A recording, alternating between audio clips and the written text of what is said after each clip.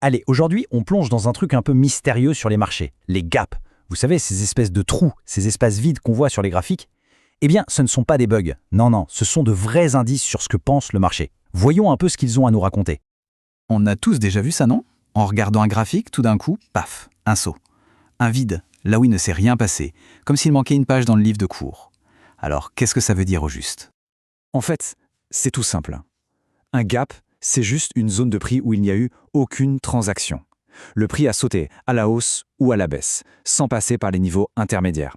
C'est une discontinuité nette qui arrive le plus souvent entre la fermeture d'un jour et l'ouverture du suivant. Et bien sûr, il y a deux cas de figure. Soit on a un gap haussier, un gap up, quand le prix ouvre carrément plus haut que le sommet de la veille. Soit, à l'inverse, on a un gap baissier, un gap down, quand l'ouverture se fait bien en dessous du plus bas de la veille. C'est déjà une première indication très claire de l'humeur du marché.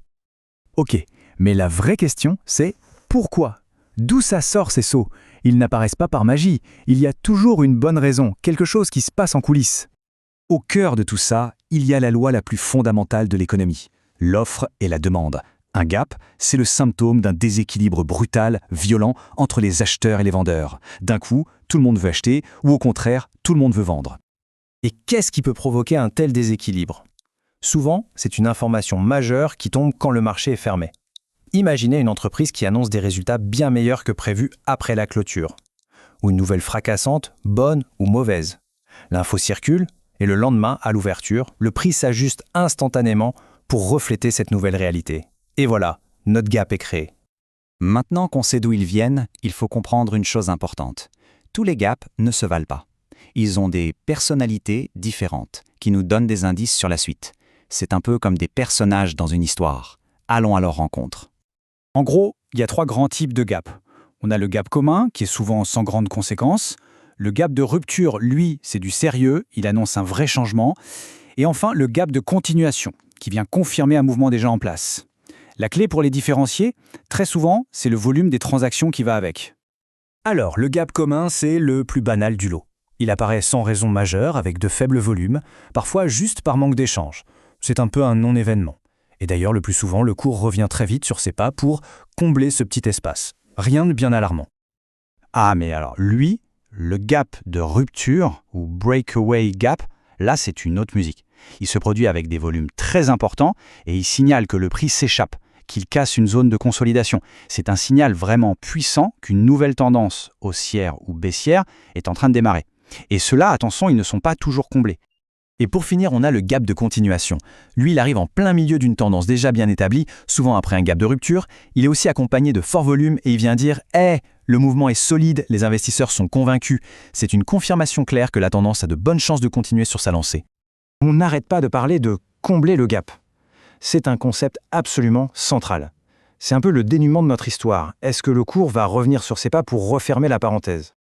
Combler le gap, c'est tout simplement quand le cours revient pour couvrir entièrement la zone de prix qui avait été sautée. L'espace vide est alors rempli par de nouvelles transactions. Visuellement, le trou sur le graphique disparaît. C'est une tendance que beaucoup d'opérateurs de marché surveillent de très très près. Le scénario classique, c'est souvent le même. D'abord, un gap se forme, il pousse le prix dans une direction. La tendance continue un peu, puis elle perd de sa vitesse, elle s'essouffle, et là, le mouvement s'inverse et le prix revient à son point de départ, juste avant le gap, refermant ainsi la boucle. Et ça, c'est le point le plus important à retenir. Ce n'est pas une règle absolue. Loin de là, le comblement n'est pas systématique. Certains gaps, surtout les gaps de rupture très puissants, peuvent rester ouverts des mois, des années, ou même ne jamais être comblés.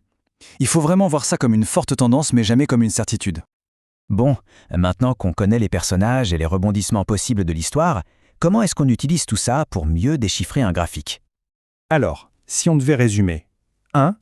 Un gap, c'est un signal de changement brutal de la psychologie du marché. 2. Le type de gap et le volume qui va avec, ça nous renseigne sur la force probable de la tendance. 3. On les regarde surtout sur les graphiques en base journalière. Et 4, le plus important, le comblement d'un gap est une tendance forte, mais ce n'est jamais une règle gravée dans le marbre.